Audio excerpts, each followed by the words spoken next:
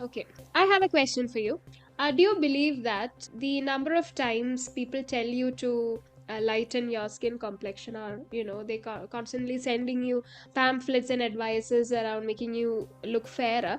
Do you think the number of advices have reduced once you got married? You got married recently, and I'm asking you this question because I want to confirm a suspicion I have towards society. So, has it reduced in any sense? Okay, Vana, that was a good question. Actually, that was a brilliant question because I have never thought about it. Okay. Yes, it was dramatically decreased because I think the people around me or the so-called well-wishers is thinking that I have achieved that milestone of getting married, I guess, right? Okay. Uh, I know that like from very childhood, we have been listening to our elders saying that marriage is a big deal, right? And it is one of Yes. the milestone, especially girls should achieve. Talking from my perspective, that it is a responsibility of women to keep up the generation, right? To make generation go on, and that's why marriage is important in our culture. So, and in order to have potential generation, we need potential bride and groom. And when I talk about women's side, okay, we should be fairer or we should be good looking in order to get good groom. Okay, in order to have good, intelligent, beautiful prodigy.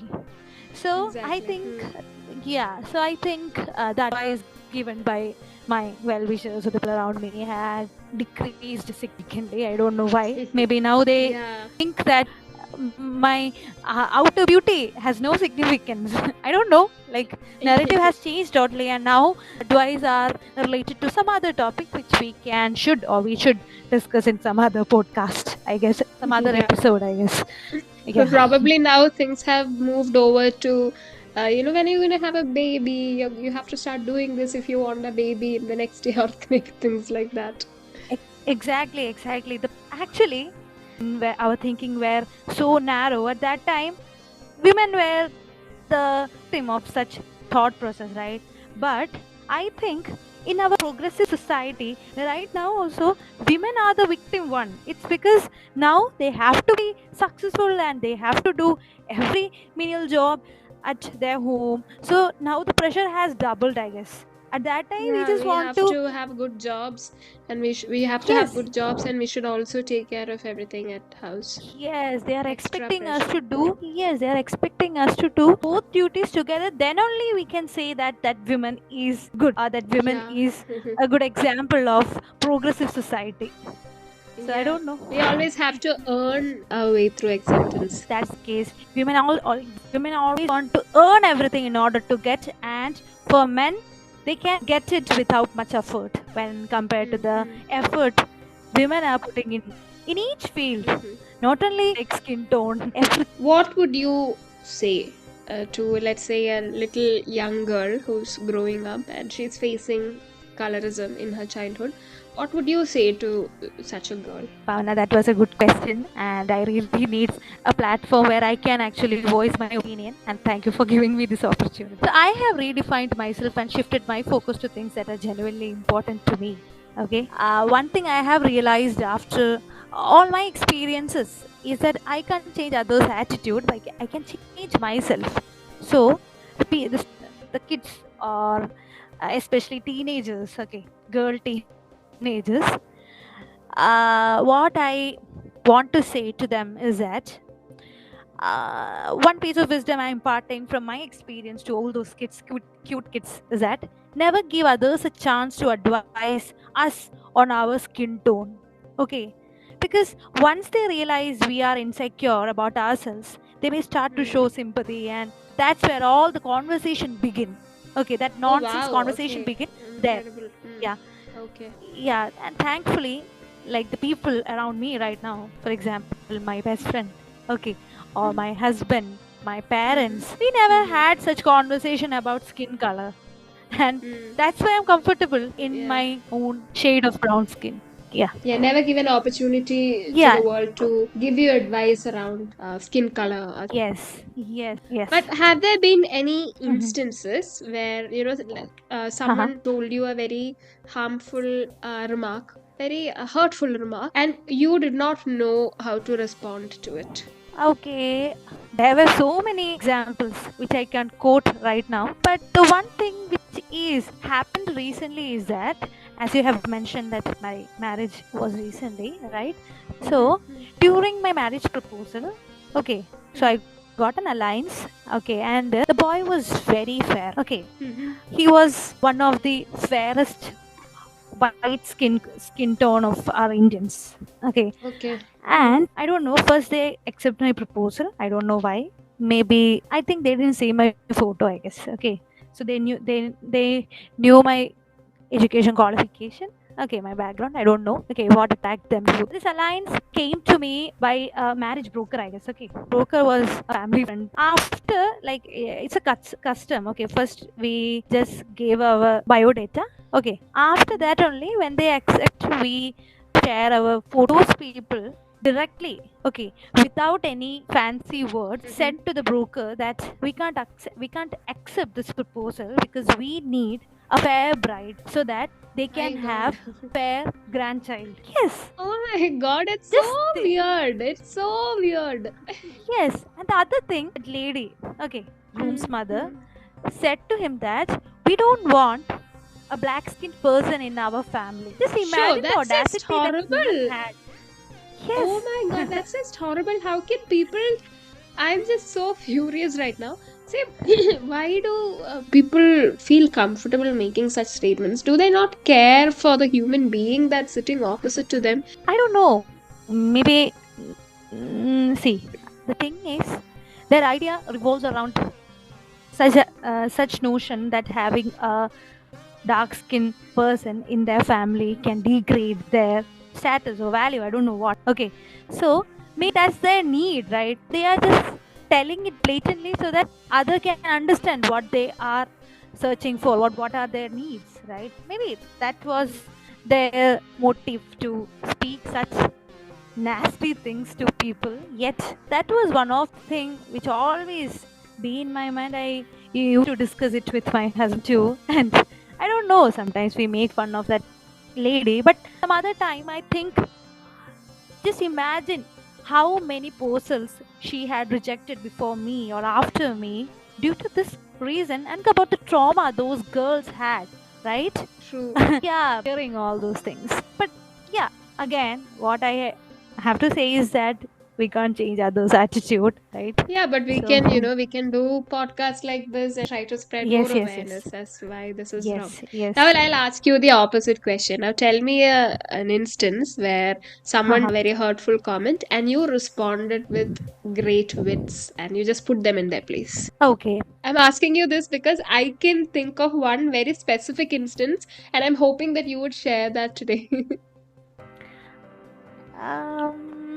If you Okay. don't say it, I'll remind you and you can just add that to the answer. You can just say your answer now.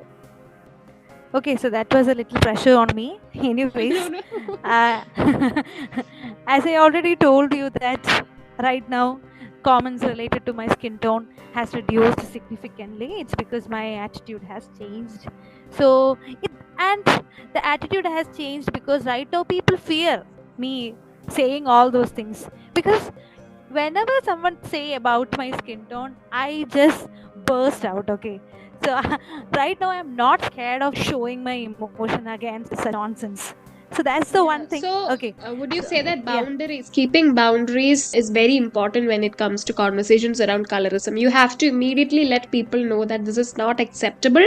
And because you started showing boundaries around what advice is acceptable for you and what advice is not acceptable for you, people started withdrawing a little. Yes, very correct. So yes, we have to set a boundary. So not about colorism. Don't let anyone to comment on your personal things, right? See, every personal thing is our choice, right? And so it is mandatory that no one, okay, not about the colorism or not about the skin tone, don't let anyone to comment on such things. Yes, we can take advice from people who are genuinely well wishers of us. Okay, and I always do that. I'm a good listener, I guess. What I'm trying to say is that set a boundary, okay, and discuss things which you are comfortable with. Okay, or just say no, a big no to them. Other instances where I reacted is that, so I don't call myself as a activist, like a complete activist, because my practical involvement in activism is very very few. Okay, so most Okay. of my activism are at personal level. Okay, so Okay. yeah, Instagram is a good tool for me to voice my opinion. It's because most of the time any of the issues comes up related to colorism. Okay, I used to write a post, for example, renaming the brand of Fair and Lovely. Okay, I had wrote an article related to it, and after that, Yeah, Fair and Lovely uh, became Glow and Lovely. yes, Glow and Lovely, and I don't know, I can't see much difference in renaming that band, right? Brand. Even today, also people in shop used to ask Fair and Lovely only, I guess. They are not aware of renaming its name at all. Other than that, yeah, Instagram was a good tool for me to voice my opinion. Other than that, I don't remember. What was it, Pavana? Uh-huh. I think it was 2 years back. Some Uh-huh. auntie told you that മോള് കറുത്താണെങ്കിലും നല്ലതാ, and you replied something very savagely to her. I want to hear that story. Ah, yes, Pavana. Yes. I can remember that. Yes, there are so many similar incidents happened like that, and that was one of it, which I have mentioned to you proudly, I guess. Right. What was your So, response yeah, actually, just for the listeners? yes. So that auntie told me that "Katthadanengilum nalladana." So the literal translation of that sentence is, even if you are black, you are beautiful, right? Yeah. So, and I asked, what? Yeah, what's the significance of adding even if, right? What is Hmm. even if I am beautiful in my Hmm. own way, auntie? Yeah, that was my Ah. response. Yeah, and that was my Yeah. regular response to everyone right now. Okay. Yeah. Yeah, and yeah, related to this, I don't know whether you remember or not. I have released a video to related to colorism. Do you remember it? During Corona days, Uh, yeah, and it became I viral, and don't remember. you have shared it on WhatsApp and all. Yeah, okay, I So remember. You made it, yes, yeah, during the lockdown period. Yes, yeah. yes. That was one of the important content I have created related to this issue, I guess. Yeah. That's good. It's good that Thank you're speaking up about it, because when we start speaking about it, people will naturally be a little bit more cautious around bullying us and Yes, unnecessarily yes. giving unsolicited advice. Can you Yes. share a positive experience, or maybe a positive Haha. influence in the form of someone or something that has helped you change your perception around skin color and has helped you accept who you are for who you are? Mm. Okay. I already told you that I have been improving myself, or I have been changing my perspective on my skin tone or skin complexion. Okay. It is not improved yet, because sometimes the insecurities like struck to me. In this journey, I can say that the major influence, okay, which led me to change my perspective on skin complexion is that I became a student of English literature. So there was not a particular content, but the conversation we had in our classroom, or especially the conversation we had together. All right. Mhm. Also, yeah, another thing which I want to bring here right now is that so many people are asking, why are you taking humanities course? Okay, there is no job Mhm. perspective related to it and all. One Mhm. thing which I have to loudly say is that it has changed me a lot. Mhm. Po- yes, it has poured in me a lot of new perspectives or my understanding of life. Okay, I got a chance to met so many professors who are bold enough to say or talk about such conversation, right? So Okay. after, like, before college days, we were always confined to our school. It's true that school is a time where they will mold our personality, but there always a boundary teachers set for conversation and all, right? We are more focused on our subject matters rather than qualitative conversation, because we have Right. limitations, like we have syllabus to cover. But once we get to college, we will be getting enough time to talk. because their teachers doesn't have pressure to cover all the syllabus, because we are adults by that time, and it's Mm-hmm. our Mm-hmm. responsibility of learning, right? So there's a Mm-hmm. scope of discussing or having conversation related to things. Maybe that Mm-hmm. was a great exposure for me. And after that, flow had also a great influence on me, because I was comfortable there, as you said. As you said, we were living in a progressive environment there, so people won't be having much guts to speak against not so mainstream idea, right? So maybe, Right. Right. and that's why it was a comfortable environment for me to thrive, Mm-hmm. and that helped me to improve my perspective. After all, we are also getting older and we are achieving wisdom, right? Right. So maybe it taught me that just thinking or just narrowing down my identity to my skin tone is doing a wrong thing to me, right? Like I can do much. In a way, being trained in the humanities helped you realize that you are more than just your skin color, and that Yes, there are yes. other things you need to focus on. Oh. So we Mhm. talked a lot about the external pressures and stereotyping you had to face because of your skin color that you were born with. But, Mhm. was there any specific moment where you felt particularly proud of your skin color despite these external pressures? So, Bhavana, that was an interesting question. So, there have been many incidents where I have felt proud of my skin tone. Okay, so forget about the narratives or politics surrounding skin tone, and imagine yourself as a child. Okay, so when we go to a textile show, okay, we pick out the most beautiful dress that suits us perfectly, right? Mm-hmm. We use the trial rooms to ensure that we look good in those dresses. Okay, Right. and that moment standing in front of the mirror is one of pride for me, because I tell myself that I can't be more beautiful than this.